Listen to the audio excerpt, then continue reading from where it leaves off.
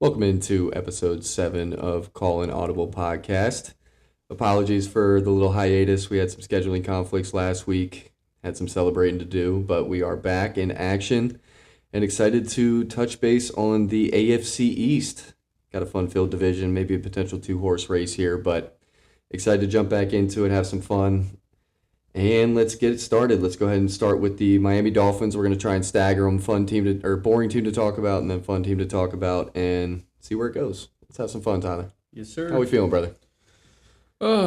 Very almost AFC South-ish, but I hear you. At least we have two exciting teams to talk about this Yeah, time. yeah, some two fun ones, two contenders, and then two rebuilding teams that'll be fun to talk about. Honestly, as I was going through the additions and losses, they made some moves. So we'll see how it goes, but we'll start with the Miami Dolphins here. Head down south. Some notable additions on their end. We have Malik Willis coming down from the Green Bay Packers. Ended up having a show-out season for them as their backup and getting a pretty solid deal. Pretty solid deal from the Miami Dolphins. And then the defensive coordinator from the Green Bay Packers, Jeff Hafley, becomes their head coach after they move on from Mike McDaniel, who headed over to the Chargers. And then we have Tutu Atwell coming over from the Rams. Bolster that wide receiver core that got decimated by their two top receivers, ended up leaving. So then we have Jalen Tolbert, the wide receiver from the Cowboys. He made his way over as well. And then everyone's favorite wide receiver, Jalen Reagor. Possibly the worst draft pick in NFL history. Imagine passing on Ended up Justin getting signed. Jefferson. I'm surprised he's still in the league, to be honest. When I saw that they added him, I'm like, I know he's been bouncing around quite a bit since we let him go, but he ends up down there. Hopefully he revitalizes his career. It's been ugly so far. And then they bring in Bobby Slowick, the offensive coordinator. He was the senior pass game coordinator under McDaniel. Last year, he ends up becoming their play caller. Was big with C.J. Stroud. He was the one who was with C.J. Stroud his rookie season. So interested to see how things go with Malik Willis and him paired up. And then they bring over Sean Duggan. He was the linebackers coach under Jeff Hafley with the Packers last year, so they got some continuity there. Interested to see how this defense looks this year. And then they also added some young draft additions to try and start this rebuild because they are in full rebuild mode. And then some notable losses on there, and we have Bradley Chubb. He ended up heading up to Buffalo. Tyreek Hill got released after the season. Obviously, that devastating injury. He's not looking too hot. He's still in recovery mode, but they ended up letting him go. Then Jalen Waddle, they send over to the Broncos in a blockbuster trade, which I think was a good move for a rebuilding team. And then Mika Fitzpatrick, I believe he was traded during the season last year, but including him on the notable losses, he is with the Jets now, who we'll talk about a little bit later in the episode. And then Mike McDaniel, obviously, got let go, and he is now with the Chargers. And then they also lost some veteran starters from last year as well, just trying to hit that full reset button, but interested to see how this season looks for them. I know it's going to possibly be ugly, but how are we feeling, Tyler? It's definitely going to be ugly. Yeah. Trying to be nice. I'm excited to see Malik Willis. That's going to be fun. But Agreed. At the He showed same some flashes last year. Yeah, but at the same time, I mean, he does have a big arm. Don't get me wrong, but you're throwing the ball to a rookie, Caleb Douglas, Malik Washington, who's a big target. Yeah. But then your other two receivers are Tutu Atwell and Jalen Tolbert, who really are just return specialists. Agreed, yeah. And then Jalen Tolbert had a few good games with the Cowboys. I yeah, remember picking him up in fantasy and then dropping him subsequently. But that's fair. But yeah. You think Jalen Tolbert, you think of a return specialist. Agreed. But he's got wheels, and Malik's got a big arm. But then, yeah, your favorite, Jalen Reagor, he's not going to do very much. I think he had 7 catches for 100 yards last year. Yep. So, I don't know. They have Devon Achane.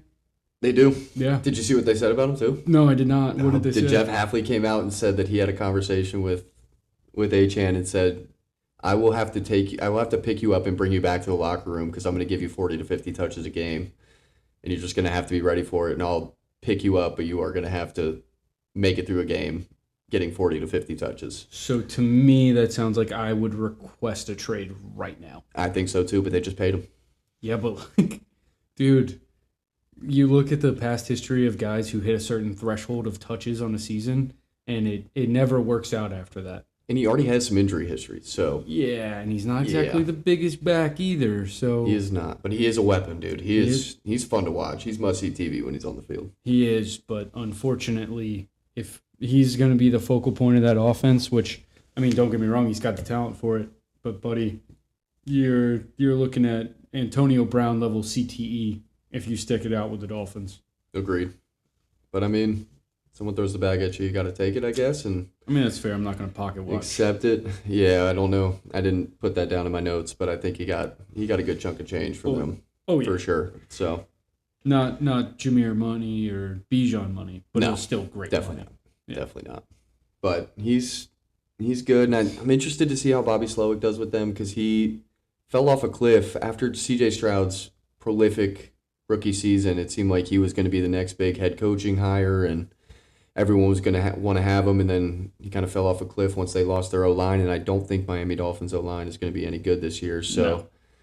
we'll see what he can muster up. They also brought in the great Kevin Patullo as their pass game coordinator, so I don't know if that's a good thing or a bad thing. I know he gets a bad rap for how things ended with the Philadelphia, but So if you get your house egged in Philly, do you get your house shot up in Miami? I don't think they care enough. Yeah, that's fair. That's the problem. fair. Is like if he does a shitty job, he's just going to go under the radar because no one's watching the Dolphins this year. I think it's going to be everyone in Miami who's a Miami Dolphins fan or anyone around the world who's a Miami Dolphins fan knows it's full rebuild. They hit the full reset. They get rid of Tua. Hey, Take every dead cap hit they need to this year. I think they have like $100 million in dead cap That's this year. disgusting. Which explains why their wide receiver core is the way it is. Like Yeah. they got to kind of take their lumps and hit the full reset button. And I think they're making the right moves. The one thing I'm interested in is if they're not going to be good, they know they're not going to be good.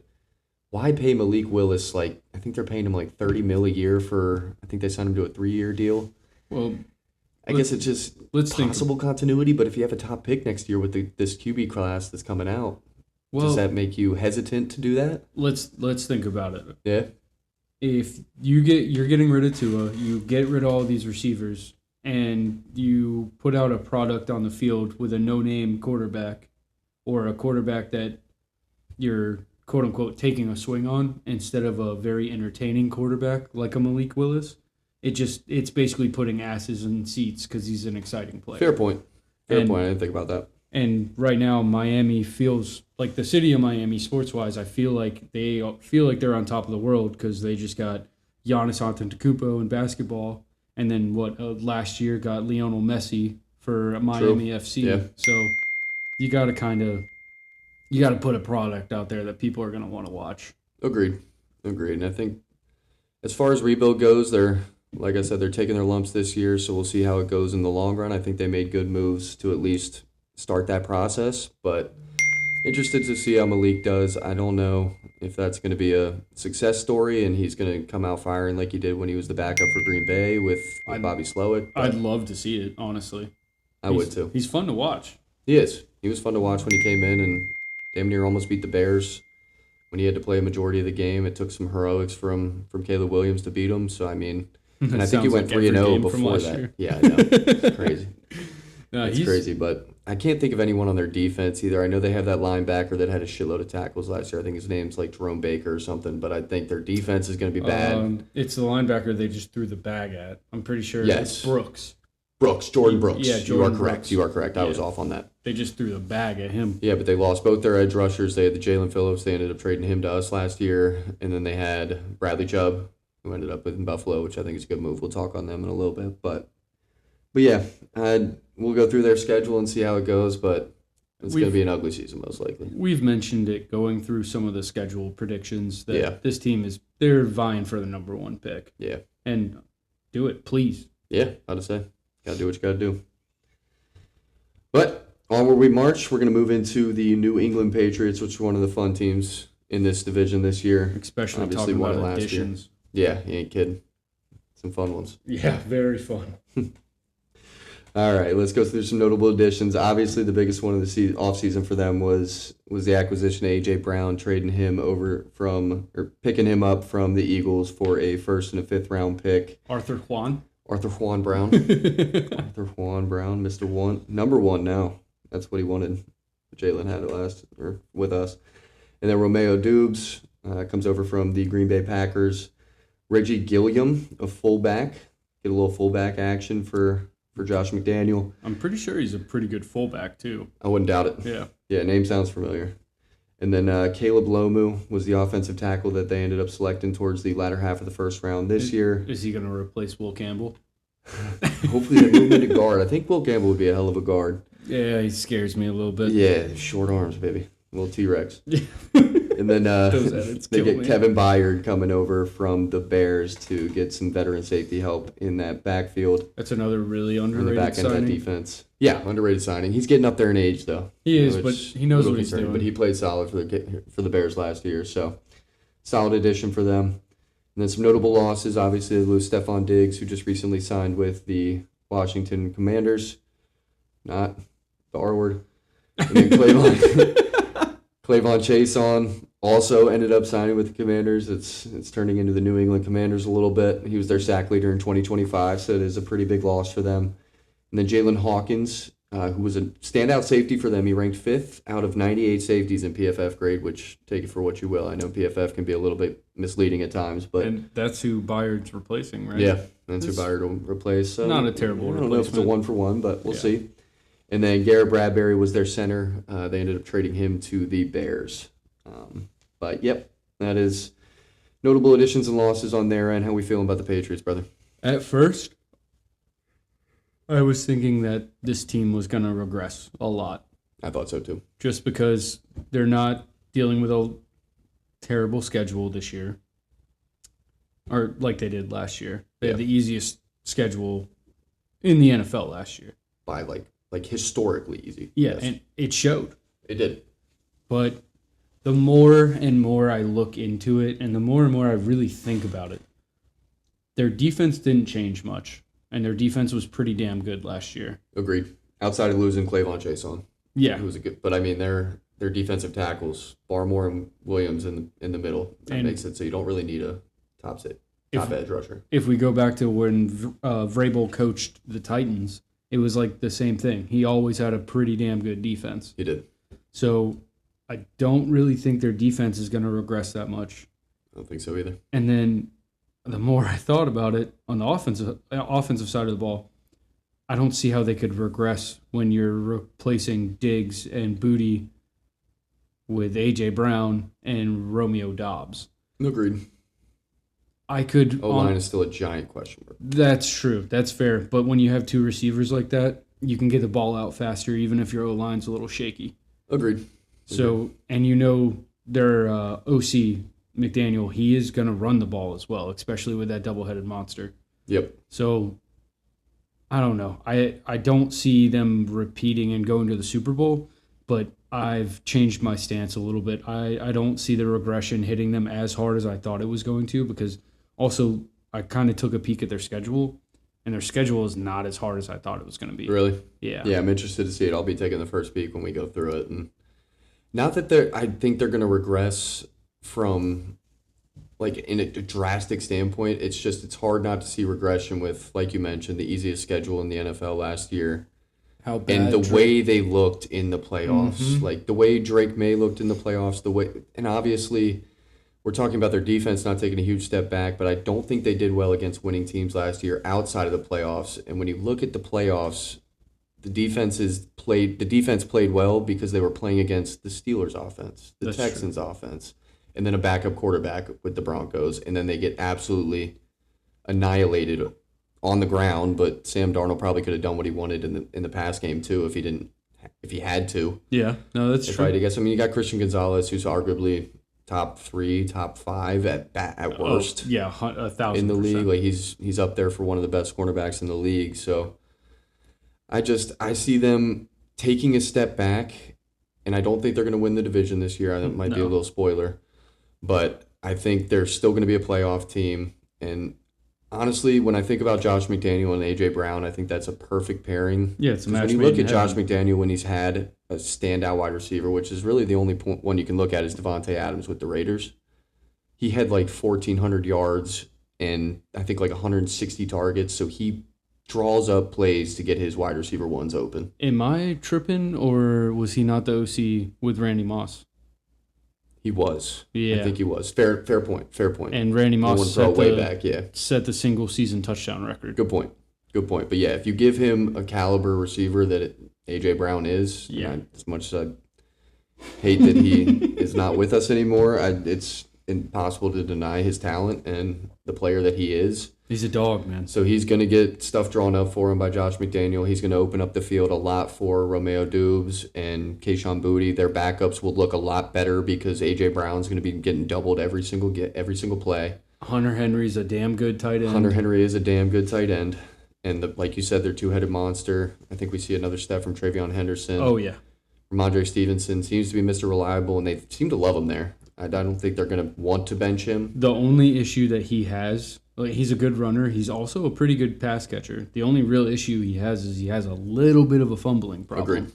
Agreed. And he throws the laterals back to the wrong team and ends up losing his team the game. But we won't talk about that. But yeah, I think the Patriots are going to have a solid season this year. I think they regress from winning the division and making the Super Bowl. I don't see them as making the Super Bowl again. No, I don't see them having a lucky path where every team they play is injured or their quarterback lost his brain. Yeah, agreed. I think the ceiling is probably one playoff win, maybe two, if we're being generous. But like I said, the O-line is definitely a cause for concern on my end. I don't know if inserting a rookie at left tackle and then moving Will Campbell into guard is really a problem solver for everything that went wrong with that O-line throughout the playoffs and throughout that season last year. Yeah. And I think the easy schedule played a role in them kind of being able to not ignore, but that not being a highlight of their season of how bad the O-line was until they played some of the top defenses, and they're going to be playing more of those now that they have a first-place schedule. So, agreed. I'm going off a little bit with what I usually do with divisional matchups with this one. And I think for Buffalo and for New England, they're guaranteed 4 wins just from the other two teams in their division this year. 100%. So that factoring that in, it's very easy for both of them, the Bills and the Patriots, to find 6 or 7 more wins on the season. Yeah, I'm interested to see. Now that you mentioned it, I'm interested to go through that schedule and see where we end up, because I kind of have the 1st through 4th in my head already, and I don't think that's going to change as we chirp about this. But yeah, I mean, it's the Patriots. Well, like I said, when I took my peek, it kind of seemed like the Patriots, even though they won the division, got an easier schedule than Buffalo did. True. Interested to see. Definitely interested to see. But let's go ahead and move into the New York Jets, who had a pretty fun offseason. Obviously, one of the two teams that's going to be fighting for 4th in this division. But some notable additions on their end. Obviously, they bring over Geno Smith, who comes over from the Raiders, who weren't even really an NFL football team last year. So interested to see how he looks in New York. And then we have Demario Davis, the veteran linebacker, coming over from the Saints. Then Mika Fitzpatrick, who I believe was traded during midseason last year, but wanted to include him on the notable additions. He's a safety that came over from the Dolphins. And then David Onyemata comes over from the Falcons. He's a defensive tackle, bit of a run stuffer. And then they bring in David Bailey, was their number 3 overall pick in this year's draft, was looked at as the best edge in the class, or one of, if not the best. So interested to see how he does. And then Kenyon Sadiq was their 2nd pick in the 1st round. Definitely the best tight end in this draft class, and definitely going to be a fun weapon for them. And then Omar Cooper Jr. was their 2nd round pick. He was the one who was getting comps to Deebo Samuel. I know I mentioned that I believe it was Denzel Boston in our last podcast, but Omar Cooper Jr. was definitely the one that was getting a lot of the Deebo Samuel comps coming out. So interested to see how he looks for them paired with Garrett Wilson. And then they bring in Frank Reich as their offensive coordinator. Obviously have a lot of love for Frank. I think he's a genius, and interested to see what he can do for them. Obviously, all things considered, I mean, he's got some weapons as long as their line stays in play. I think it should be interesting because I got Brees too. And then Brian Duker comes as their DC. He was the secondary coach for the Miami Dolphins in 24 and 25. So I don't think he's going to be the play caller. I think Aaron Glenn is still going to be their defensive play caller. But yeah, I don't imagine he's going to give up defensive play calling. I doubt that too. Even though they couldn't get an interception last year, which is that's actually insane. With an ex-cornerback as your head coach. Right? Like, what are we doing? It just makes no sense. That's baffling statistic. And then some notable losses. They lose Elijah Vera Tucker, who was playing guard for them. He went to the Patriots in free agency. Has he bounced around a little bit? I think this is his first bounce around. Okay. I think they drafted him to play tackle and then moved him into guard, and he just didn't pan out. So they let him go. I think I'm thinking of another guy with a double name, last name that's moved around a little bit then. Yeah, I'll see if that pops in my head. I'm not sure. Might be Sebastian Joseph Day. That sounds right. Yeah. That sounds right. And then we have Quincy Williams, one of their standout linebackers. He ended up going over to the Cleveland Browns, bolster that defense, but he was a big loss for them. Really solid linebacker for them. Quinton Williams' brother. Yeah. Which is cool.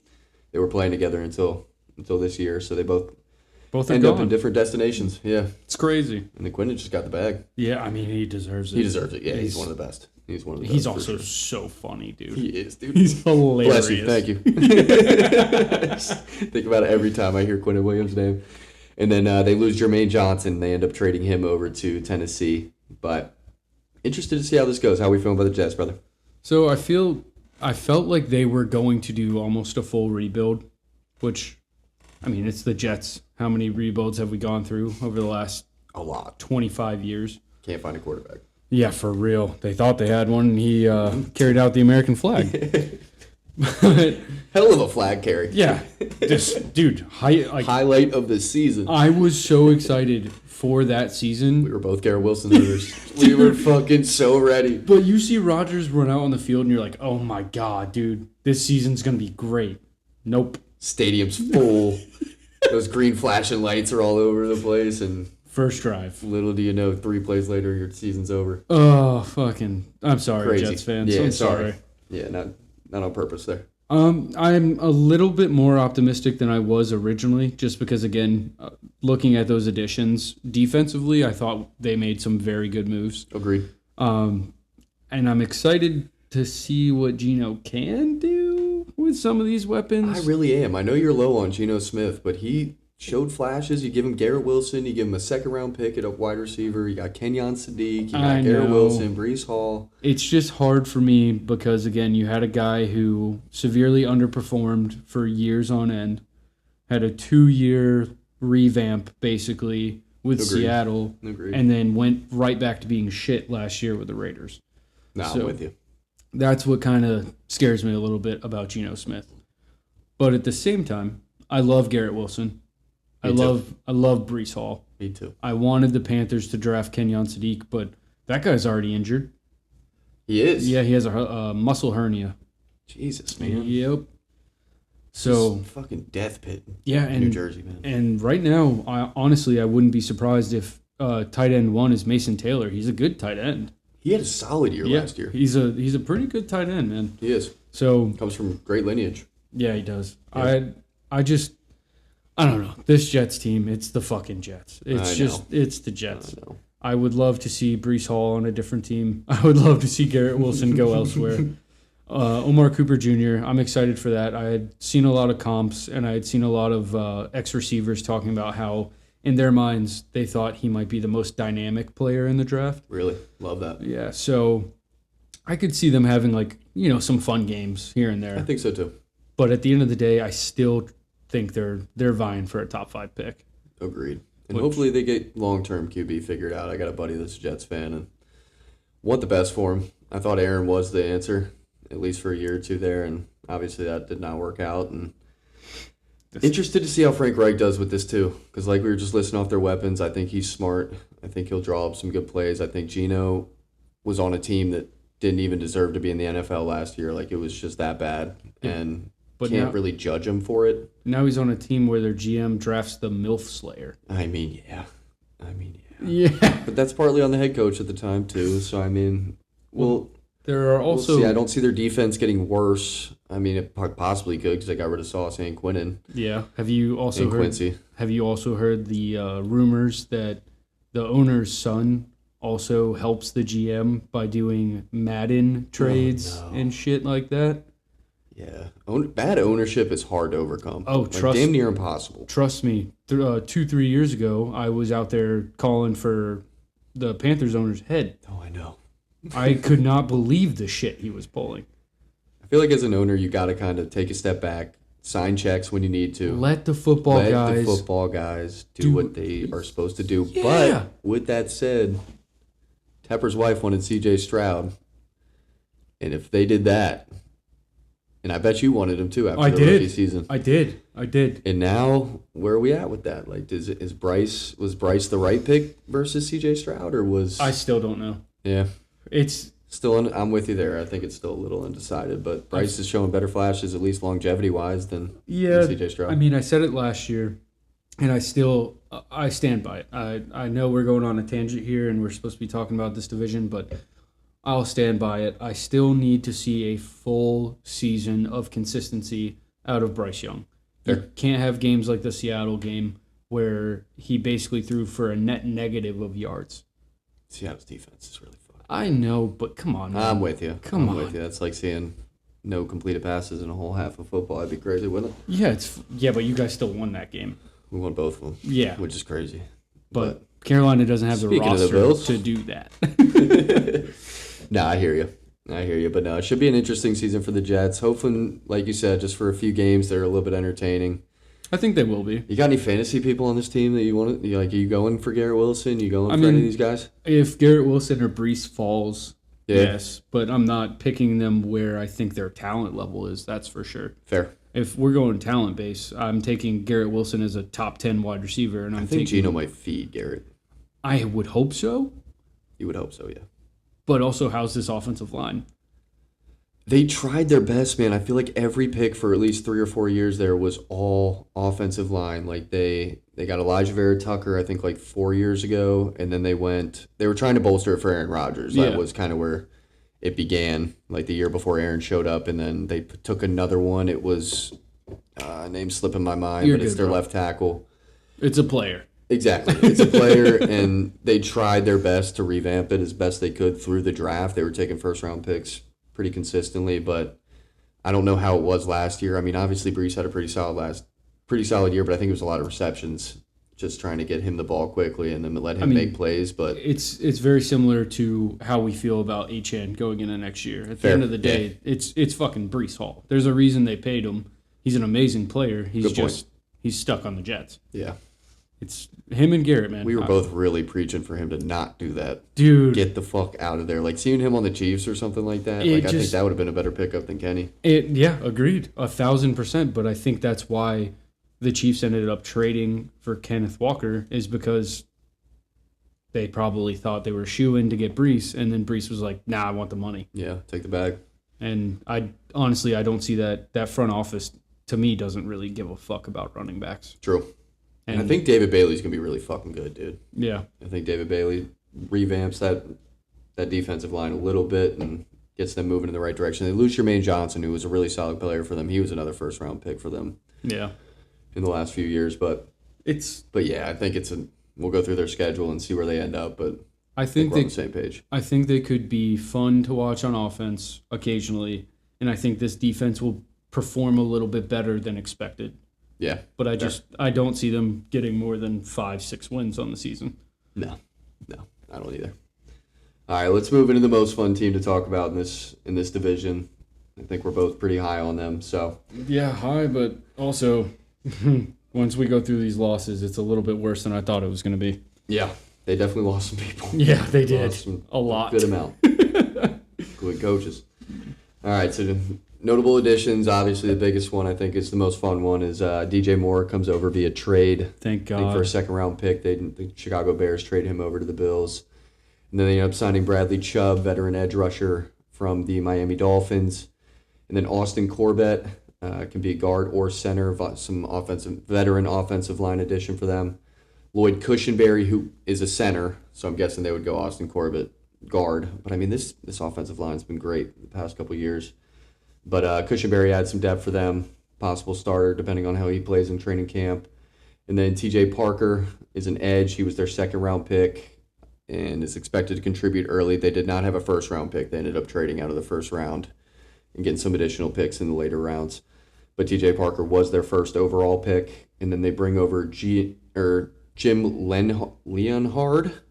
Leonhard? Apologies. It's a word, I'm man. butchering that name. But he comes over as their defensive coordinator. Obviously, they lose Sean McDermott, parting ways with him in the offseason, and then hiring Joe Brady as their head coach, who was their offensive coordinator, so you get some continuity for Josh. But he was the defensive backs coach for Denver in 24 and 25. So, coming from a great defense. Yeah, coming from a great defense. We'll see how that goes. And then some notable losses. There's quite a few of them. They lose Mitch Trubisky, everyone's favorite backup quarterback. Love Mitch. Love you, Kev. Definitely better than Patrick Mahomes. Oh, yeah, by far. And then Teron Johnson, veteran cornerback, their number one, ends up leaving. And then Gabe Davis, their wide receiver, Curtis Samuel, another wide receiver, Brandon Cooks, another wide receiver. So they get DJ Moore, but lose a lot of their wide receiver depth. And then Joey Bosa still remains unsigned, I think. Yeah, I wouldn't be surprised if he just ends up signing later on in the season to a contender. Yeah, I could see that too. I would love to see him go to San Francisco. Go play with your brother, man. That'd be fun. Yeah. That'd be fun. I'd agree. But veteran edge rusher, they end up losing. They lose David Edwards, who was one of the guards on that top 5 O-line last year. Reggie Gilliam, their fullback, who we just spoke about. Yep, that makes sense. And then Ryan Van DeMark, an offensive tackle. Not sure if he was depth or starter, but I believe depth. Depth, if I'm not mistaken. I could be so wrong, but we don't have a stats guy today. So. Yeah, unfortunately, we're stat guyless. Always leaving us hanging. That's what I have listed as losses. How we feeling about your Buffalo Bills, brother? So, for the people who don't know, I'm a Carolina Panthers fan, but I love the Buffalo Bills. They, for years, have been basically Carolina of the North. We love to trade players to back and forth from each other. True point. Drop each other's players, pick them up. Sean Bean came from Carolina. McDermott came from Carolina. Joe Brady came from Carolina. Austin Corbett, Carolina. Crazy. DJ Moore, Carolina. Think about that. Yeah. You're so right. It's literally Carolina of the North. It's insane. But they have the quarterback. They do. They have a quarterback who reminds me of a probably 10 times better Cam Newton. That's why I love him so much. I'd say 10 times better just longevity-wise. He's 2015 Cam Newton year over year. Correct. Yeah. He's MVP Cam Newton every single season. So I am very high in this Bills team, but the losses on defense do scare me. Signing Bradley Chubb was big, but at the same time, I'm worried about the secondary because I believe they also lost Tre'Davious White. They did. They lost Taylor Rapp. So Damn, I'm missing some people. No, it's fine, dude. It's fine. And then I believe they lost depth corners as well. They did end up signing 2 guys. One guy from Cincinnati. That's a great signing. Yeah. Real excited about that one. Trust that one. But again, this team goes as Josh goes, I feel. And it just, I don't know. The reason I'm a little worried is because he's always had a good defense, regular season, not postseason. Their postseason defense has allowed 31 points a game. Yeah, to the last couple of years. He's had to deal with some middle-of-the-pack defenses the last couple of years and kind of had to, I wouldn't say put the team on his back because he had the leading rusher last year. He had a top 3 O-line, I think, last year. So, I mean, he's had the help, just not the weapons. That's why I love Joe Brady being put as being put as the head coach from the offensive coordinator. Agreed. If you if you listen to anyone who knows Joe Brady, has been coached by Joe Brady, there is nothing but love for the guy. They say how he's an amazing coach. He knows how to get guys going. He knows the exact things to say to you when you're not performing well to get you going. So to me, it feels like the voice change is actually going to go a lot further than people think. Agreed. And I, unfortunately, am very familiar with Sean McDermott from Carolina. Yeah. He was a great defensive coordinator. He's a good head coach, but at the same time, it felt even in Carolina that his voice got very stagnant, and that's why we let him go. Fair. But, I think he overstayed his welcome with the Bills. Oh, 1,000%. I thought it was 2 years too late. 2-3 games into the playoffs and then lose so many times before you just gotta rip the cord. Why give Brandon Beane an extension, man? He hasn't given he's missed on so many draft picks since he became the GM, which plays a role in why they are where they are right now without a top-tier wide receiver. They missed on Keon Coleman. They missed on potentially Maxwell Harrison, who's one of the cornerbacks who they're probably hoping is going to take a step forward. Well, pick from last year. The Keon Coleman pick honestly shocked me when they did it, just because Keon Coleman, he's a good football player, but at the end of the day, I believe he played both football and basketball in college and was a pretty damn good basketball player. He was. So I get it when you're like talking about Jimmy Graham at tight end, or you're talking about an Antonio Gates or a Julius Peppers, where like that basketball athleticism really helped them out. Yeah. But with Keon Coleman, you're hoping for that to happen, but he's immature. True. His immaturity is what's holding him back, which sucks because, buddy, you're the reason you might not get a second contract. No, 100%. Like, figure it the fuck out. You know it's up. bad when your owner's coming out and saying, like, yeah, that was a miss. Did you hear Deion Dawkins last year? He was like, dude, I'm trying to help him. Yeah. That's not good, man. No, it's not. Especially when you have one of the best offensive linemen in the league telling the public, I'm trying to reach him. I'm trying to help him out. I bet Josh is doing the same thing. It's 1,000%. But Keon Coleman doesn't strike me as a guy who's staying after practice to catch balls. No, hell no. So you go out and you get the savvy vet in DJ Moore, who, if you listen to the last podcast or 2 podcasts ago, I fucking love DJ Moore. Me too. I always have. He was my favorite player in Carolina. I semi-cheered for the Bears a little bit because of him. The guy in Carolina was always open. The guy, when he was in Chicago, was damn near always open. Yeah, something was up with him and Caleb. I know we mentioned that on that pod, but it seemed like he never really wanted to be in Chicago. Yeah. Like, you have the clips. Took the bag from him. Yeah, but that's money. It's hard not to. Yeah. You have a guy who, there's multiple clips of him screaming at the sidelines, come get me, trade for me. So he did do that, yes. I am so happy he's finally on a team with a top-tier quarterback. Agreed. He's finally back with Joe Brady, who's going to get him the ball. He knows the guy's skill set. He will. So that signing and talking about all this has me so excited, not just for Josh Allen. I just cannot wait for DJ Moore to get the ball. Like, always. He's always open. He's fast. He has sure hands. He's a big guy. Like, he should get fed. I know he's getting up there in age too, and I think with Joe Brady, I think the best thing that happened, he was probably the best thing that happened to Josh Allen, because you can see when he took over play calling from the OC at the time, I forget his name, but he was kind of relying on Josh to be Superman. Correct. And you could see that Joe Brady was taking the ball in his hand, was trying to marry the run game with the pass game and take some of the weight off of Josh's shoulders, which ended up bringing those turnovers way down. Oh, yeah. Way down. Because you used to get the best of both worlds with Josh. It was like fire and ice. It was either he was on fire or he was throwing picks left and right. And he kind of got that consistency out of him that you didn't see until he took over as play caller. So I love that they hired him as the head coach. You keep him with Josh Allen. You throw him DJ Moore now that he has him, because I think it was Stephon Diggs was on the outs, I think, when Joe Brady took over as the OC. Well, again, and they started running the ball more, and Stephon wasn't getting the ball, so that's why then bickering started beginning. You bring in a guy like DJ, he knows Joe Brady. They've worked together. Yeah. Like, the 2 most influential people for Josh Allen, which I wish when they hired Joe Brady as the head coach, they would have called Brian Daboll and said, hey, come be our OC. Yeah, that would have been fun. They are the 2 most influential people on Josh Allen's career. Agreed. Daboll took... But with Daboll, he was throwing hella picks too. Yeah, but he like completely reworked the guy. He's the reason why he was more accurate, figured things out, was reading defenses better. To start was Daboll, and then Brady was like, hey, buddy, we're also going to do this, and just polished him off. Yep. So I'm excited for this team. I'm excited for the offense. Again, the only worry I have is that fucking decimated secondary.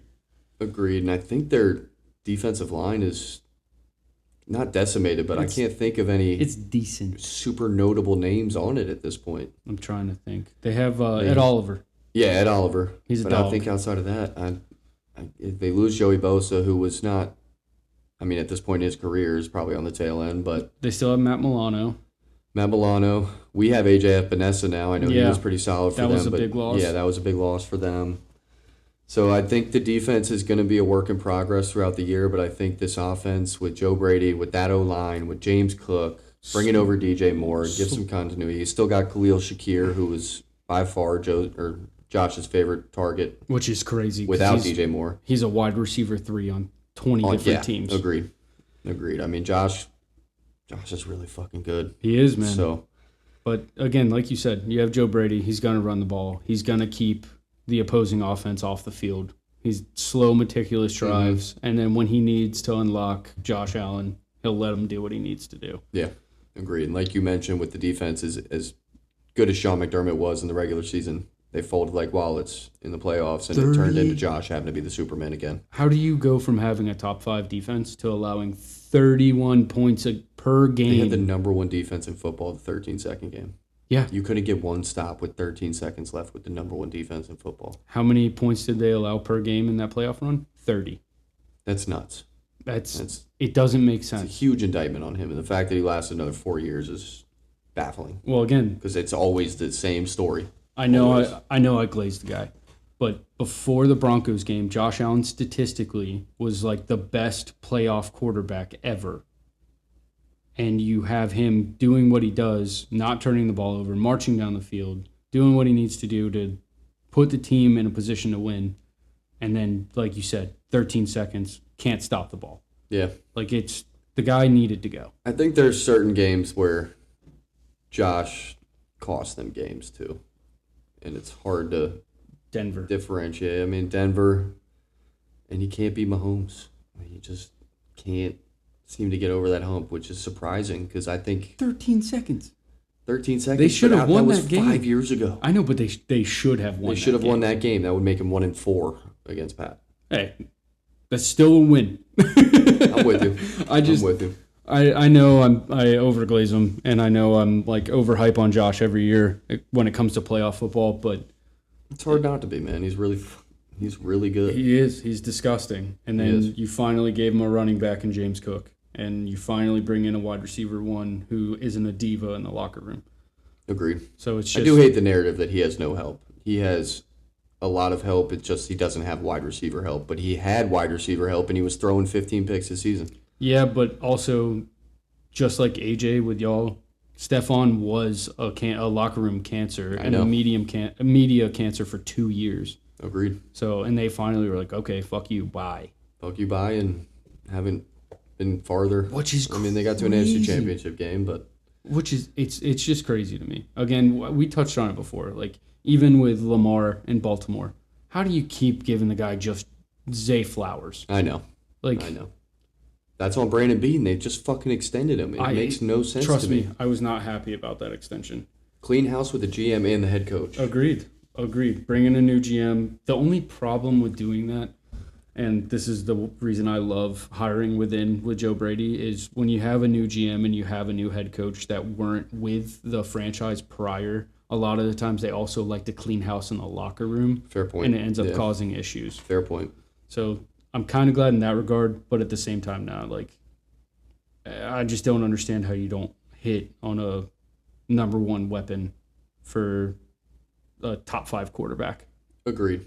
In Brandon Beane's defense, he's always in the bottom half of the 20s. Yeah, They win playoff games every year, at least one. That's fair. He's a wild card. But when you have rumors of guys who want trades or teams that are willing to trade, like, I wouldn't have minded watching them throw one of those top 20 draft picks or 20 to 30 draft pick first round to Cincinnati and try and go get T. Higgins. I'm with you. It's just one of those things. Like, they got DJ Moore. So I'm excited to see. I'm happy. Excited to see how that goes. I know we're going on a tangent, but I hear you. It's just one of those things with every team, even with Kansas City. Like, give the guys what they need. We want to see them throw for 1 million yards and have great seasons. Agreed. Makes football more fun. It does. No, it definitely does. All right, let's go ahead and jump into some schedule predictions here. Give me just one moment. You want to go Miami first? Yeah, we're going to circle back to the top, start with the Miami Dolphins. Interested to see how this is going to work out. Actually, we need to do our first through fourth predictions before we jump into this. I think you and I are on the same page. Yeah, we are. I'm going Buffalo 1, New England 2, New York 3, and Miami 4. Ditto. Yeah, 3 and the 4 was the one I was a little skeptical on, but I think Jets are a little bit farther ahead in the rebuild than. I think the Jets just have more pieces. Yeah, agreed. And the quarterback has better players to throw the ball to. Yes, he does. Yeah. Most definitely. And a better running back. Well, never mind. Toss up. I take that back. All right, so we'll start with the Miami Dolphins. Week 1, we have the Dolphins going to Las Vegas to play the Raiders. A shitter bowl game. Yeah, shitter bowl. That's a fun first one. I'm going to take the Raiders here just because I trust Kirk Cousins a million times more than I trust Malik Willis. I think so, too, and I think I trust the Raiders' defense a little more. I think Max Crosby is going to make Malik Willis' first game as a bona fide starter a little bit painful. Yeah, you also have, at least Brock Bowers and Ashton Genty. So yeah, there's a little bit of star power on Jalen Nailor. Don't forget about Jalen. Jalen Nailor's not bad, man. Sleeper. He's fun. He was fun to watch for Minnesota. Sleeper watched all our fantasy players. And then week 2, we got all right, so we have them starting off with a loss, and then week 2, we have Miami heading up to San Francisco. So they fly all the way home, then fly all the way back to the West Coast. So they're going to lose this game, but I think this game might actually be a lot closer than I would have said a week ago. Agreed. Just because of all the fucking injuries. It is nuts. Knock down the substation. There's like 20 people on their injury report for training camp, dude. Christian McCaffrey, Mr. Iron Man, this entire time we're like, Christian McCaffrey's getting the sacrifices to stay healthy. Out with a hamstring. What are we doing? Now it's hamstring. I thought it was just like soreness. Like you might be right. Something. Yeah, I think it's calf soreness, but anything related to anything on that lower leg for our boy Christian is not a good sign. Last time I heard calf soreness with a player, it was Kevin Durant for the Warriors, and he tore his Achilles. So please, God, don't let that happen to CMC. I mean, double Achilles tendonitis 2 years ago that took him out. So praying for the best for CMC because they really need him. But I think San Fran takes this even decimated with injuries. I trust Kyle Shanahan, and I just don't see. Is his brain okay right now? That's a good point. Undecided on that. That's a very good point. Who's coaching this game? Is he going to be there? Is he got to be trapped in a dark room? Camp right now? I don't think so. Actually, really? I could be wrong. I know he got like a concussion, but it was also reported like 2 weeks after it happened. Yeah, but apparently it was like one of those grade 4 sit in a dark room, no lights concussions. Really? Yeah. That's scary. Mm-hmm. I'm gonna still give the benefit of the doubt to the Niners. No, they have. I think they take it. Even with the injuries, their roster is still 10 times better than the Dolphins. Ugly. This is gonna be ugly. All right, so then week 3 we got Kansas City traveling to Miami. How are we feeling about that one? Low key, I think this might be Travis Kelce's best game of the season. If I'm being completely honest with you. Okay. Reasoning there? Who's on the Dolphins defense? Who's covering T. Kels? Great linebacker. Who? Brooks. Baker. Brooks. Dang it. Keep thinking Baker. Yeah. Is Jerome Baker one of their... We need a stat guy. Yeah, we do. We need a stat guy. But I think Jerome Baker is their other linebacker who's also pretty good. I could be completely wrong there. Yeah, but no one's going to probably get to the quarterback. I don't know. Yeah, I hear you. I see Kansas City running away with this game. I think so, too. I think Kansas City as well. We're starting 0-3. Off to a hot start, Dolphins. Hot start. It's week 4, not getting any better. It's not going to get any better. And then week 4, we got the Dolphins heading up to Minnesota. We were a little scared for a couple days there. They were actually talking about potentially giving 9. Could you imagine? I'd fire KOC. I would too. I would fire him. I mean, JJ's on KOC. That's a KOC problem. Yeah. So give me the Vikings here, and probably give me Kyler Murray's best game this season as well. I think so too. Oh, and this is gonna be no, really it's bad. Ugly, it's really man. bad. It's really bad. We're talking. All right. Just holy crap. All right, sorry. No, you're good, bro. You're good. Week 5, we got the Bengals heading to Miami. So I'm gonna take a big swing here. I'm gonna remember when the Dolphins beat the Broncos 70-3 with Mike McDaniel and Tyreek Hill and Jalen Waddle and Tua Tagovailoa. Yeah, You remember that? I think the Bengals are gonna win this game 70-3. I didn't know where you were going there. No, I'm not taking the fucking Dolphins here. I'm gonna take a big swing and say the Dolphins are gonna win this game. I don't care if Joe Flacco's in this game. I see a lot of points for the Bengals, and I see no points for the Dolphins. I legitimately think they could re-sign Jake Browning. They could re-sign any quarterback and still win this game. Yeah. I think No Bengals by a landslide, like you said. I think I really did not know where you were going there. That was a good one. That was a good one. They're going to be on the opposing side of that giant blowout. All right, 0-5 going into their bye week. Going to get a little reset here. Jeff Halfley, talk to the boys. Let them know it's ugly, but you got faith in them. And then you got week 7, winnable game here, Jeff Halfley. Winnable game. We got the Dolphins heading up to MetLife Stadium to play the Jets. It's at MetLife. Give me the Jets. MetLife. Yeah. We got a little split going here? Potential split? Going over the additions for the Jets, there's a very good chance here that the Dolphins walk out of the season with 1 win. I am truly looking for a win, and I'm having trouble finding it. It's difficult. I think I'm taking the Jets here, too. Yeah, it's fucking difficult. I'm taking the Jets here, too. I might give the split out of courtesy. God, this is nuts. All right, 0-6. Heading into week 8, we're going Patriots, head down to Miami to play them. I sound like a broken record. A.J. Brown's best game of the season. Agreed. Do they have a quarterback at this point? Watch, they probably have somebody so good. I know. We're not even thinking about it. Xavier Howard's still in the league?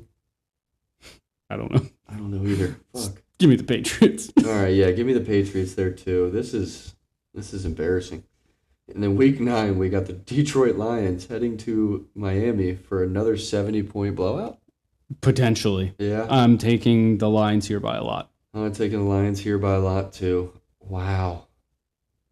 Watch the Dolphins just shock us and just go nuts, dude. Yeah, Malik Willis wins MVP. Yeah, Malik Willis is just an absolute animal with that dog shit receiving core. Dude, it's not. Stephon Achane getting 50 touches a game. He's their entire offense. Dude, this is not going to get any better. It's not. And then week 10, we got Dolphins heading to Indianapolis. I'm taking the Colts. I'm taking the Colts. And I'm not high on the Colts at all. Me neither. And then week 11, after just being absolutely battered for 10 straight weeks. They're going to get... 10 straight weeks. They're going to get shit pumped in week 11. I mean, yeah. Yeah. This is just... It's not good. Ouch, man. And then week 12, can we get them a win? Jets coming to Miami. I'm giving them the win here out of fucking courtesy, out of pity. I think 0-10 is enough for them to say, hey, we're going to win a game. And then the Jets come into town and they lose. I don't see them winning that game. If it hasn't already happened at this point, if they lose that game, Halfley's fired. You think so? They don't give them a whole season with this dog shit team that's $100 million cap, dead cap? Oh, no, because unfortunately that's just not how the fucking NFL works anymore. You don't perform year 1, you're gone, which I don't ever get. But like, say they don't get these blowouts and it's just like close games, they lose them all. Still nothing? I think he's gone. You got to see some promise. If you see some promise out of your defense from your defensive head coach, yeah, maybe. Chance, maybe get through it. But oof, man, oof. Maybe. And then week 13, I have them at 0-11. You have them at 1-10. Dolphins heading to Mile High Stadium. Play Broncos. I don't think this offense scores a point against this defense. I don't think so either. Yeah, I'm taking the Broncos. Just doing a little. I think I have them finishing with 0 wins. I nuts, trust me. I thought about it. That's why I gave them the courtesy win against the Jets. I think I might have to switch that up just to not be a douchebag. But you're not a douchebag. I know. That's just crazy. I mean, they have a hard ass schedule. Yeah. Damn. For what? Third place team. Third place team. Yeah.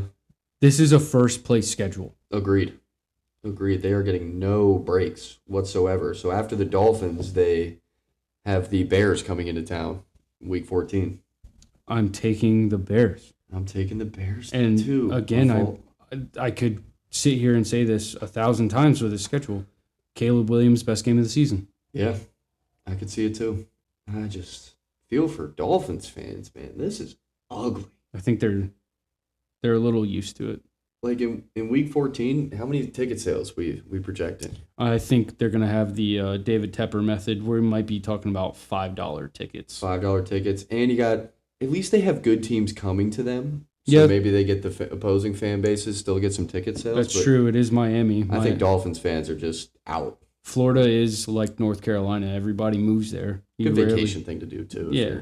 if you're just visiting Miami. You rarely find people who are from Florida when you're in Florida. This is nuts, dude. And then week 15, we got Dolphins heading up to Green Bay in the dead of winter. Oh my God! Not the dead of winter, but it's getting cold. Malik Willis revenge game. Ooh. I like him more than I like Jordan Love. I mean, I'm not opposed to. Give me the fucking Packers. Give me the Packers, dude. Give me the fucking Packers. This is rough. We thought Browns were rough. It's not going to get literally any better. No, it's not. They got a shitty 6-game finish. If they don't win against the Jets, I don't see them winning again. No. But I like that you gave it to them. Respect. Thank you. We're going into a McDaniels revenge game. Yes, we are. And this might be a 70-point game. Yeah, he's going to look to put up a lot of points. Them up. And I think Harbaugh is going to look him in the face and be like, you know what? Usually I'd say don't do it. Fucking do it. Yeah. No, I agree 100%. I got Chargers in that one as well. Chargers going down to Miami was that game. Sorry, we're jumping ahead because this is just really ugly. Yeah, it's really bad. And then week 17, we got Buffalo going down to Miami. Give me another blowout. Give me Buffalo. Oh, my God. This is just awful, dude. And then week 18 to finish off the season. Resting starters? No, I don't think so either. I think they're vying for the division. Yeah, I think the Pats low-key might need this win to get into the playoffs as a wild card. Give me the Pats. Yeah, give me the Pats there too. Just horrible. I'm sorry, Dolphins fans. I don't know if we have any listeners that are Dolphins fans, but this is... Even if you are listening and you're a Dolphins fan, like, I am sorry, but, like, we're not being malicious in any way. I don't think we're in a bad... I think we got Raiders or one of those two Jets games, or they go 0-17. No, I'm with you 100%. I don't see another win that's even possible. That's crazy. That's crazy. I feel for Dolphins fans. Malik Willis, please just go out there and ball. Like, you don't have to win. Just look good. Show some promise, but then they might pass up. If they go 0-17, they're locked into the number one pick. Do they go quarterback? No, honestly, you gave the bag to Malik. If Malik shows out, I think you go ahead and either shore up offensive line or defensive key piece. True. Trenches, baby. Start in the trenches, yes, Dolphins. Sir. Come on. All right, moving into hopefully a more entertaining, not 17-loss season. We got the New England Patriots schedule. They start off against the Seahawks, little Super Bowl rematch in Seattle. I'm starting them off with a loss. I think so, too. I don't think they have what it takes to beat the Seahawks, even if they have A.J. Brown and Romeo Doubs. Don't get me wrong. I could 100% see like this going the opposite way, just as like a revenge game. But the Seattle defense is so good. And they didn't lose many either. No, and pieces. Darnold is gonna play game manager. Give me the Seahawks. Yeah, give me the Seahawks in that one as well. And then week 2, we got Steelers heading to Gillette. I'm taking the Patriots here. Yeah, I think I got the Patriots here too. Sorry, Core. And I think that's what we took during the Steelers breakdown too. We did. I didn't give them any wins. And then week 3, we got Patriots at Jaguars. So I actually think this is going to be a really fun game. I think so too. I trust the Patriots defense more than I trust the Jaguars defense, especially because Devin Lloyd is a Carolina Panther. Fair. But this one's hard just because it's in Jacksonville. But I like give this to Jacksonville. But yeah, I like the Patriots defense more, and I like their run game more. So I'm actually going to take the Patriots just because I think they're going to dominate time of possession. I think the defenses are not a wash, but I don't hate the Jaguars defense. I don't hate it. They have a solid defense, and I love what Liam Cohen's doing with Trevor. Another year of continuity in that system. It's just Bashal Tutin's starting running back. Yeah. Time of possession is big for me, especially with these two head coaches. That's a fair point. Fair point. I'm going to give this to the Jags just because home field advantage. I think this is pretty even teams. Like you said, I think it's going to be a fun one, though. Hey, a little bit of a barn burner. You know how much I love Trevor Lawrence, and I just took him to lose. So fair point. Like, I'm with you. All right, we're going to take week 4, Patriots at Buffalo. I have the Patriots starting 2-2 because I believe they are going to lose in Buffalo. I also have them starting 2-2 because I think I have them starting 1-3 because I think the Jags. So yeah, I think Buffalo. I think it's a split though. I think it's a split. They gave them trouble in both games last year, and Bills ended up sweeping them, but very well could have gone the other way. They were up like 28-0 in one of the games and ended up losing. Did they sweep? I thought they split. I think they swept. Am I tripping? Did they win the first one? I think the Patriots. They almost swept them, and then the comeback brought them to 1-1. Yeah. Damn. Okay. But yeah, I think they're going to split again this year. Then that's on me. That's my apologies there. And then week 5, we got Raiders at Patriots. I'm taking the Patriots here. Yeah. Way better roster, way better coached team. Give me the Patriots. And at home. Yeah, definitely give me the Patriots there. And then week 6, we got Jets heading up to Gillette. Little back-to-back home games for the Pates. It's going to be back-to-back wins. Pates. Jesus. It's, again, better roster. Wins as well. Better roster, better coaching staff. Give me the Patriots. Yep, give me the Patriots on that one as well. I got them starting 3-3 here. And then week 7, Patriots at Bears. Another fun one. This is going to be a fun-ass game. Yeah, I'm taking the Bears strictly because it is a home game. I think I'm trying to remember who I took in the NFC North episode. I honestly like the Patriots here because I think I trust their defense more than I trust the Bears' defense. That's fair. And a little bit of a toss-up on the offensive side. That's fair. I think I'm gonna go Patriots here. You know how high I am on Caleb Williams' season this year. Yeah, I'm with you. Definitely a toss-up, but I'll give the Patriots the benefit of the doubt there. And then week 8, we got Patriots at Dolphins. I think this might be a tough one. Yeah, so tough. Tough. Yeah, we'll move on. Yeah, we already basically went over that game. W's for the Patriots. I got them 4 in a row on my end. I think you do as or no. You no, I got them 3-1 over the last 4. Last 4. All right, then week 9, we got Green Bay heading to the Patriots. I'm actually, because this is in Gillette, I'm going to side with the Patriots in this game. Yeah, this is a tough one. It's rough for my Packers take if I take them to lose this game. The Patriots have a good defense. The Patriots have better weapons on offense, in my opinion. Agreed. And you have a quarterback who is not the best in completion percentage and takes a lot more risk. And then you have a quarterback who's great with his completion percentage. So I honestly think the Patriots are also going to dominate time of possession in this game as well. Yeah, I think I might be going back on what I did for the Green Bay Packers schedule with saying this. But now that all things are considered and we're going through the Patriots, I think I want to give Patriots the home field advantage here as well. So 5-0 stretch here in the last 5 for them on my end. Week 10, we got Patriots at Detroit.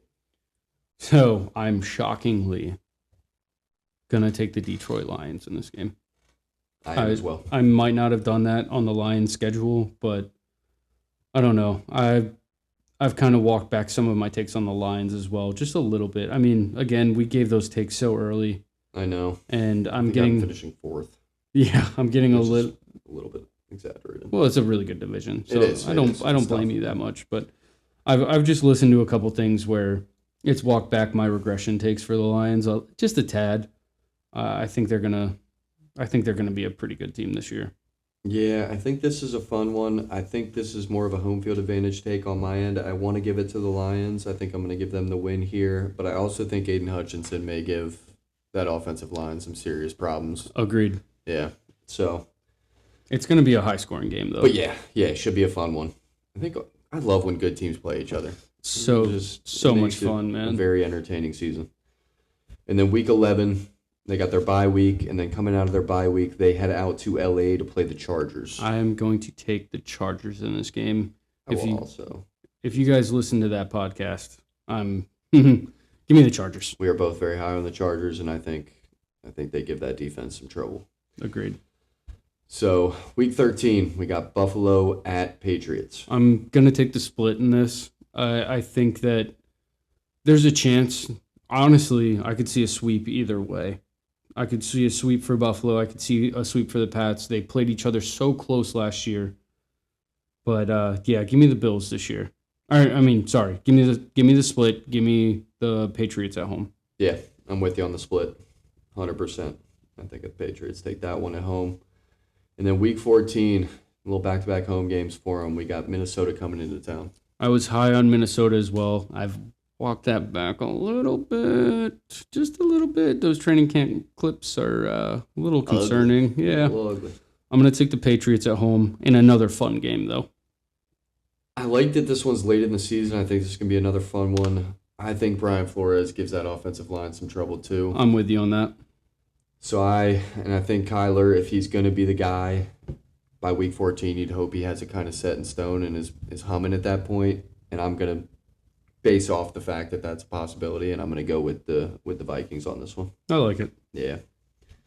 And then week 15, we got Patriots heading to Arrowhead to play the Chiefs. So another fun one. The only reason I'm struggling with this game is strictly because it's in Arrowhead. I think that Spags will also give Drake May and that offense a little bit of trouble just because it's Spags. It's just we got to see how Mahomes looked. Some of his training camp clips looked a little concerning, but you also have. I mean, that secondary got decimated, man. You also have Super Bowl MVP going against the Pats again. Fair point. I wish we had a camera so you could see Collin's face. It's a big eye roll on my end, but you're right. It's a fair point. I could see, honestly, I'm going to take an overtime win in this game from the Kansas City Chiefs. They got to go Patriots, dude.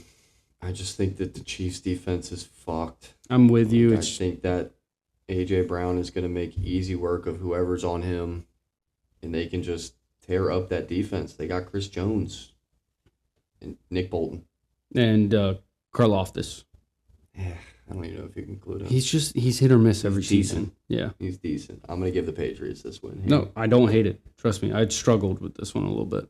And then week 16, we got Patriots at Jets. I'm going to take the fucking Patriots here. The Patriots in that one. Make that one pretty easy. Sorry, Jets fans.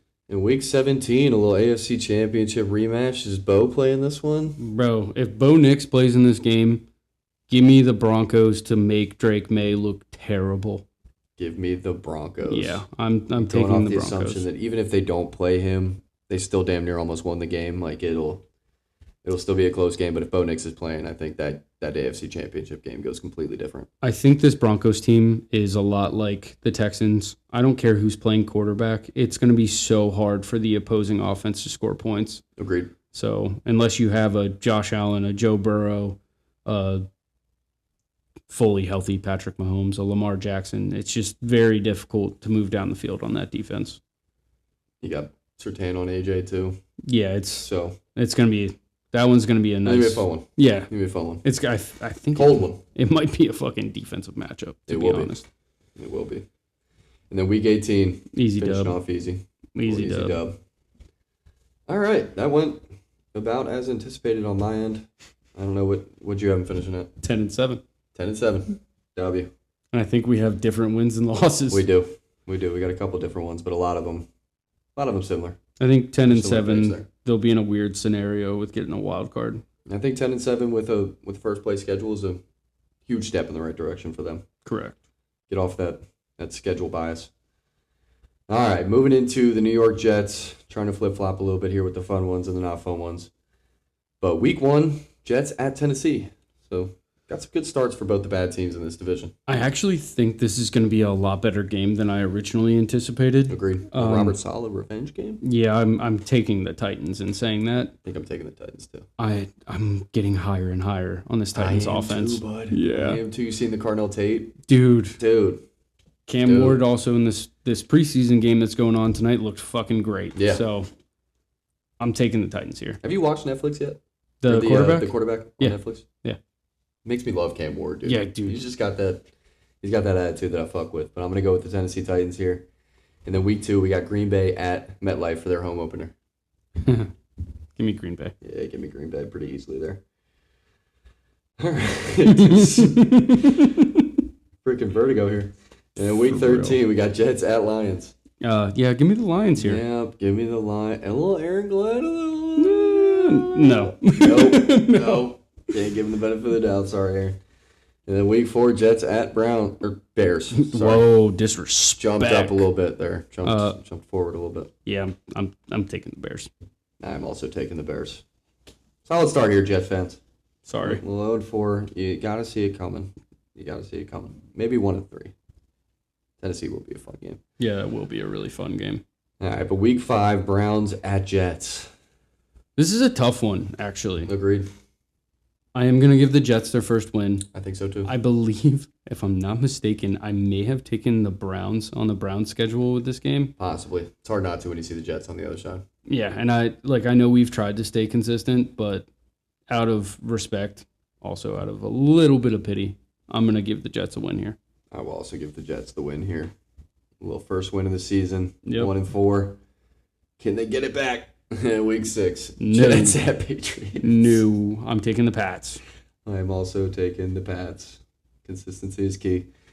Week 7. Dolphins at Jets. They get their second win of the season. Second win. Home. Great win for the Jets. Great win for the Jets here. 2-5. Respectable. Then week 8. Why is this not the Dolphins schedule? This is crazy. Yeah, right. Week 8, we got Raiders at Jets. So this is another very winnable game. But if Kirk Cousins is still the starting quarterback for the Raiders here, I'm going to take the Raiders. I think I'm going Jets on this one. At home. I don't blame you. At home. Defense is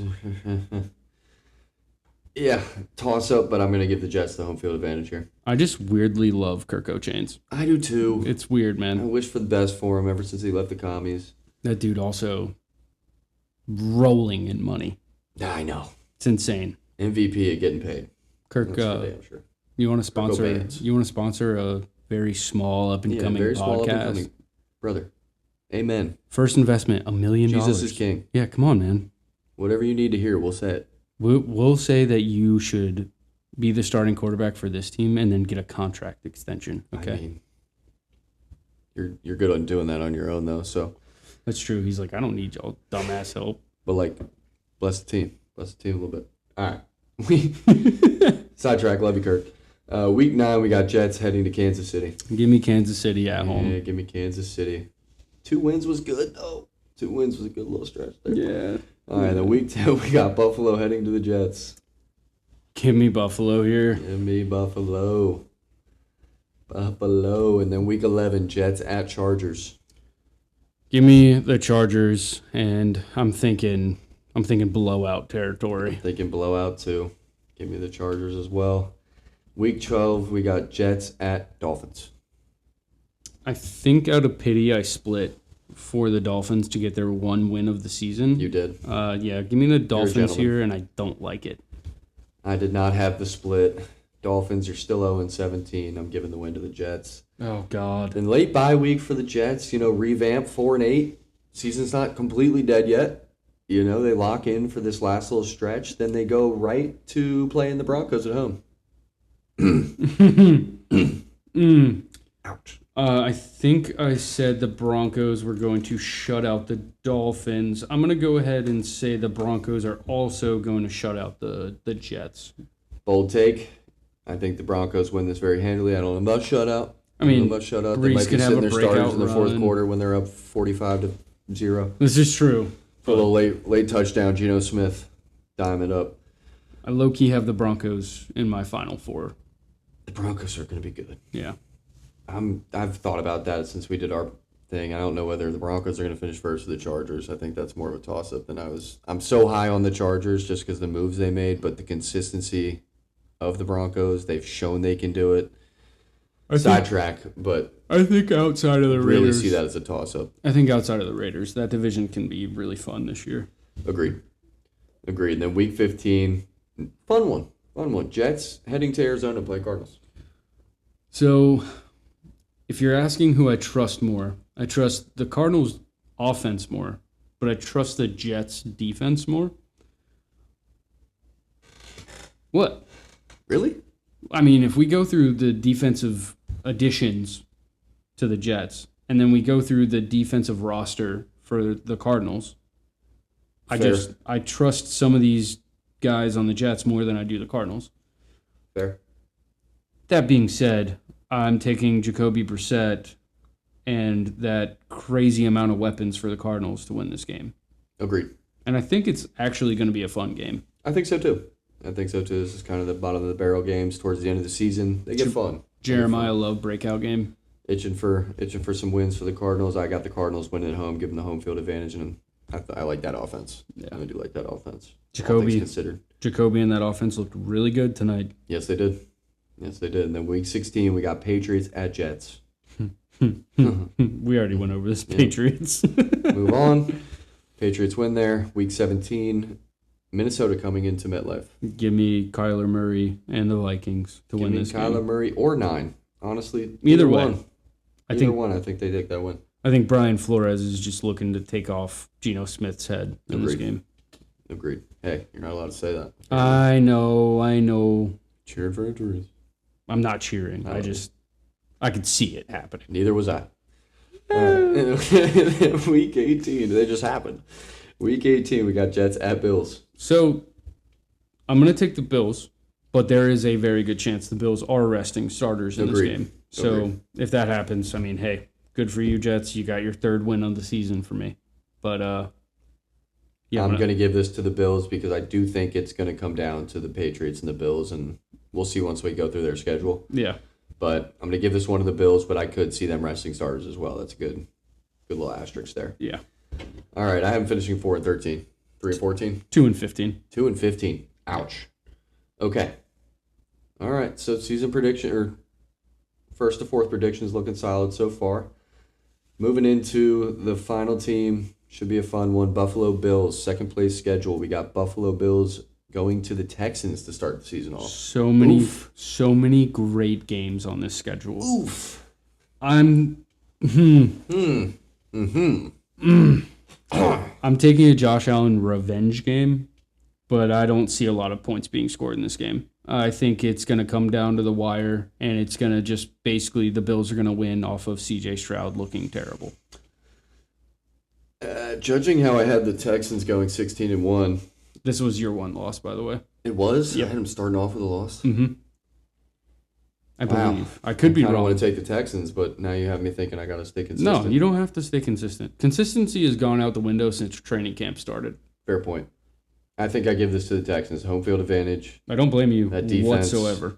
Humming. I don't think they have injuries, at least that I've heard of from training camp as of now. And CJ Stroud, just fucking do something, buddy. That's why. Fuck. That's literally why I'm taking the Bills. Is I think CJ makes more mistakes. Fair point. But like you were saying, the Buffalo Bills secondary a little.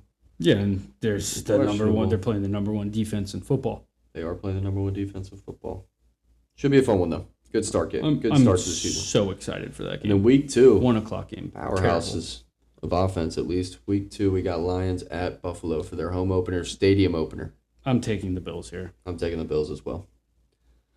Damn, they do have some fun ones. Yeah, dude. Good It's start to their season here. they have like 3 or 4 boring games, and the rest of it are so much fun. Week 3, we got Chargers coming to Buffalo. 3 back-to-back home games for the Buffalo Bills. Yeah. We're high on both these teams. And yeah, I am. I'm very high on the Chargers.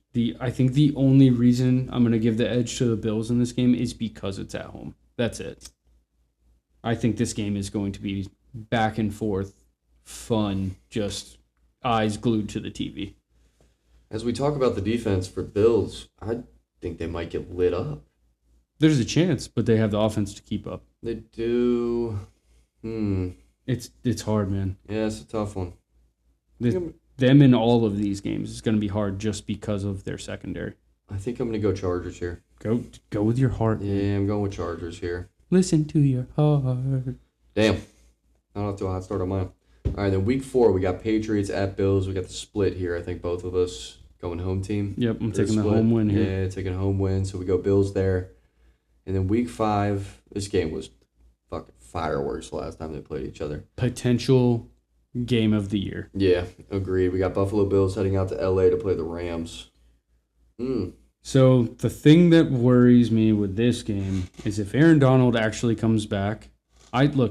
There's very little amount of offensive linemen I trust to kind of maybe handle a little bit of Myles Garrett, and Deion Dawkins is one of them. You can just stay away from the whole game. That's the point I'm about to make. Yeah. If they can move around Myles, but if they get Aaron fucking Donald back, this is gonna be this might be a rough game for Josh. Looks like it's trending that way too. Yeah, exactly. I'm gonna take LA here. And I'm going to take it in, again, like I said, potential game of the year. I think this game is, again, eyes glued to the TV. Yeah, I got to go Rams here too. Damn. Crazy. Good stretch there of games for them. That's going to be a fun start to the season for the Bills. It's all season. And then week 6, finally get some reprieve from playing powerhouses. We got week 6. We got Buffalo heading to L.A. I think... Back-to-back East Coast or West Coast games, though. That's true, but I think that the Bills are going to have a little bit of a statement to make after losing to the Rams. I think they're going to take out all their frustrations on the Raiders. Agree 100%. Got them starting 3-3 heading into their bye week on my end. I got them at 6-1. 6-1. Damn. Could see that personally. I could see that being 5-2. I could see that being 4-3. Agreed. Oh, so sorry. I had already clicked ahead. I have them at 5-1. I could see them being 5-1. Okay. I could see them being 4-2 or 3-3 going into the bye week. Fair. All right, then they head to their bye week, and then week 8 we got Ravens heading to Buffalo. Another potential game of the year. Yeah. Always fireworks when they play each other. It is, and I'm taking Josh Allen over Lamar Jackson in this game. Yeah, I am too. I think Derrick Henry could give that defense some problems. But I also think James Cook could do the same thing. Fair point. And I trust. Though. That's true, but I also trust Josh Allen with DJ more than I trust Lamar Jackson with Zay Flowers. Zay Flowers is like the 5th highest paid receiver in the league right now. Only because they needed to keep him. I know. He's Crazy. good. He's good. He's consistent, but he's not. He's good. He's not great. Yeah, he's not a top wide receiver. And then week 9, we got Buffalo Bills heading up to M&T Stadium to play the Vikings. I'm taking the Bills here in a close game, though. Yeah, taking the Bills here as well. And then week 10, let's go ahead and get this one out of the way. They're heading to MetLife to play the Jets. Yeah, give me the Bills. Give me the Bills. The Bills and the Jets do have a history. Actually, the Bills, the Jets, and the Bills and the Dolphins have a history of weird things happening. I just think this is one of the seasons where that's just not going to be a thing. Agree 100p. There. Then week 11, we got Dolphins heading to Buffalo. Home dub. Big home dub. Mm-hmm. And then week 12, another just fireworks game, always is. Kansas City heading to Buffalo this time. It's the regular season. It is the regular season. Give me Josh Allen. You know what that means? Josh Allen. Yes, sir. All right, week 13, we got Buffalo heading to the Patriots. I'm taking the Patriots at home here. Yep. With the split there. These two teams, though, playing each other, I would not be surprised if the split is opposite and it's away win. Yes, yeah. Agree there. Because it's not like it's first year in a new stadium. It's might not have that same feel. Like, true. We'll see what happens. Bills Mafia shows out, but they do. We'll see what happens. You seen renderings of their stadium? How like people are blocked out in certain seats? That was crazy, dude. You spend $1 billion on a stadium, you don't focus on that. But then you show